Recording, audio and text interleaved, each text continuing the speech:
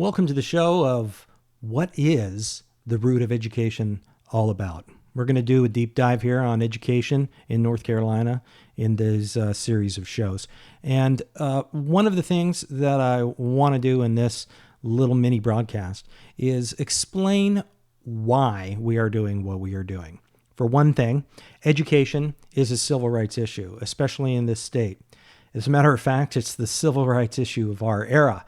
We are living through renewed revival of academic Jim Crow, I'd like to call it, where the school districts want to force us into their schema. They want to force us into their school districts. The problem with those efforts is that it denies parents the freedom that they deserve, and it denies their children and citizens of this state access to success, or as the Declaration of Independence put it, the pursuit of happiness. The show was developed because many of us were all sitting around talking once, and we believe that there was a real need for parents to find reliable information in the state. They do not receive that from the legacy media in the state. And you could pick any legacy media that you might frequent or know about or have heard about. It could be television like WRAL, could be newspapers like the Charlotte Observer, the NNO. Either way, you're only getting part of the story. And as a matter of fact, you're very often getting a framed story that doesn't tell you what you need to make responsible and informed decisions. So we need a voice. Parents need a voice, and we're part of that voice. And we hope that you'll come along with us and take this show as an opportunity to consider what education might be best for your children. We'll explore the news, of course. We'll look at some of these legacy media sites and see what they're reporting, but we'll also delve into policy issues, all of them in digestible form, not in some boring academic way. And of course, we'll entertain guests, real people on the ground, when and where appropriate. Now, before we continue, I'd like to ask you a couple of things. First of all, and these are very important, so pay attention, smash the like button, hit the share button, share, please add a comment, maybe even hit the notification bell no matter where you are watching this, and I will give you a rundown of all the platforms that we're going to be on. Doing all of that, by the way, sharing, liking, commenting, helps to defeat the algorithm that the tech oligarchs, especially at YouTube, who are more interested in suppressing voices and especially suppressing dissenting voices than promoting free speech or free choice.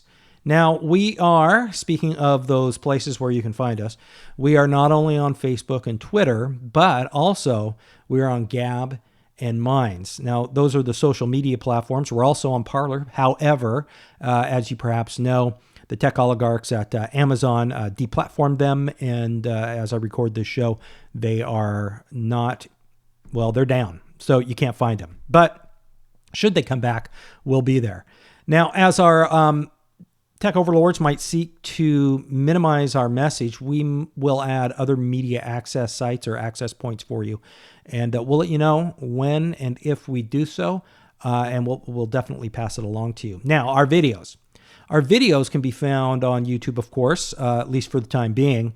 But I would highly encourage you to check out the other two platforms, which right now are not limiting speech, and they're not deplatforming people. And those two are BitChute and Rumble. And if you go there, you'll find us in completeness. Nothing's been taken down. Of course, nothing's been taken down off YouTube yet because we've just gotten started. But I will link to all of that stuff in the site description. You can look below, and you'll see links directly to all of our social media sites, including video sites. One other thing I'd like to make sure that you do is, if you are so inclined, and this would be good for you to protect your free speech, and that is to sign up your own account on one of those alternative platforms. Gab, Minds, BitChute, Rumble. I think you'll be pleasantly surprised and enjoy the experience, especially on BitChute and Rumble. If you're into videos, you'll be able to follow who you want to follow and not have to worry about a channel going away. Now, again, those links will be found in the description right below.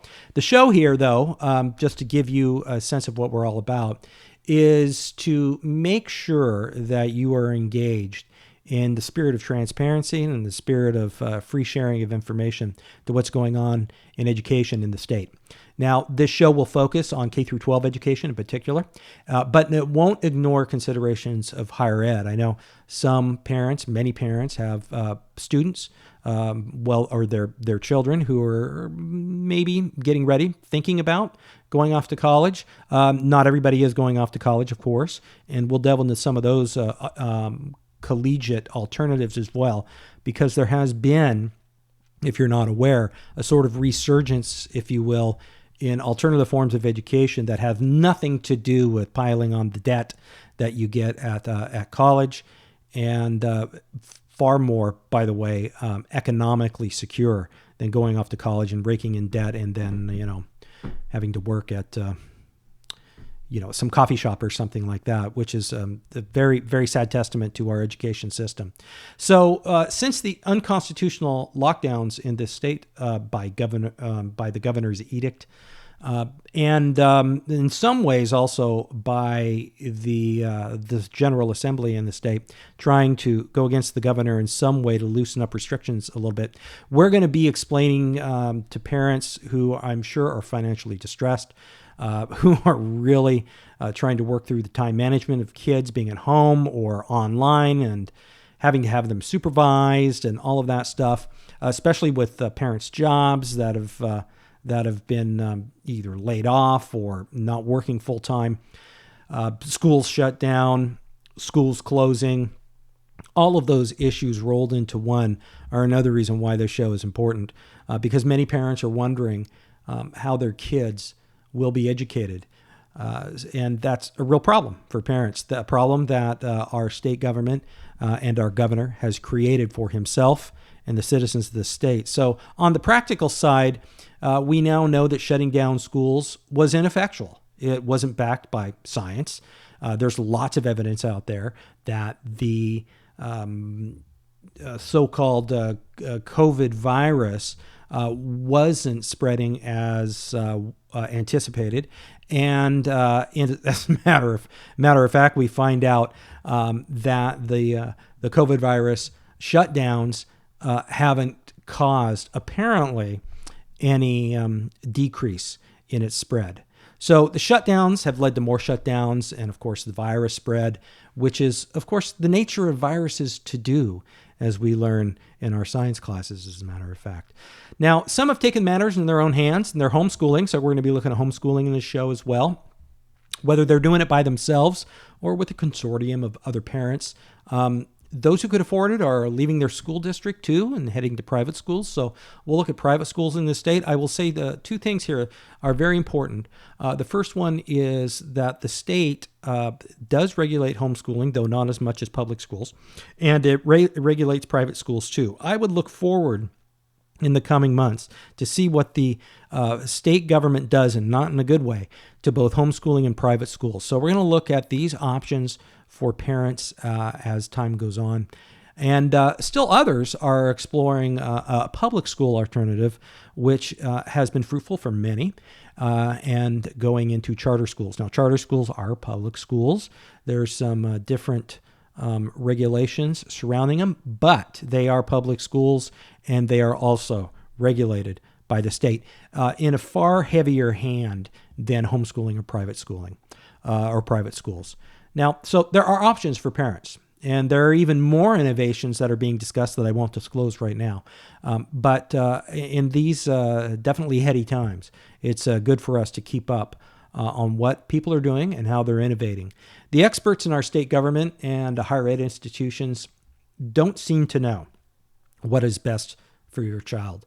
They're engaged more often than not in efforts unrelated to teaching the basic skills of the mind. Additionally, so they want to force your children into their schools. And probably you've noticed that there's been some school districts who do not want your child to leave. They want the money that your child, that your taxpayer money goes to schooling your child, and keep it, even though your child might be going to another school. Some of those schools, district schools, might be very decent and highly qualified, and they do a very good job teaching students. But your child may do well in a district school, or he may not. He or she may have a perfect fit someplace else. So not every school district is a fit for your child. And this is true across the board. Not every homeschool organization or consortium is right for your child. Not every private school is, but it follows that not every public school is either. So when these districts essentially contend that they should not be open or they're going to close, causing a lot of havoc in your life and harming the future of your child, then it's up to you to figure out what to do. And we're here to help provide that information. There are many schools, especially district schools, more concerned with political statements than educating your children. And you might be deciding at that point in the last year or so that there has to be something else out there. Perhaps your child needs a different type of instruction than what the district school provides. Perhaps you want your child not to be propagandized by the prevailing whims and fashion statements of the day. Like any responsible parent, perhaps you want your child to be taught real skills of reading, writing, arithmetic. Perhaps you want your child to learn history unblemished by ideology. We'll consider all of these things in the coming episodes, and I hope you'll join me. But I want you to remember, before I close out, I'm going to say a little bit about myself here, but before I close out, make sure you like, subscribe, share, and hit that notification bell if you can, and be so kind. So before I close the brief introduction here, a little bit about me. I've lived in North Carolina since the 1990s, lived in Raleigh, as a matter of fact, in the 1990s for quite a lot of time. I've been involved in state and local issues since that time, helped out and was a speechwriter for a particular gubernatorial candidate in the state back in the early 2000s. Most recently, I was a policy analyst for a charter school, as a matter of fact, and that is when I got really involved in the politics and the policy of education in this state. We will look at those issues as well. There is a lot that goes on behind the scenes that the papers, the legacy media, doesn't report on, and we'll bring those issues to light for you, so you can make better decisions and be better informed, as a matter of fact. So if you're looking for commentary on the news, policy, even interviews with people who are making good choices and doing great things for them and their families, and even for their communities, then this will hopefully be the place where you can find all of that information that you need to make your life a better life. And I hope all this will be helpful to you and your family going forward. Until next time, hang loose.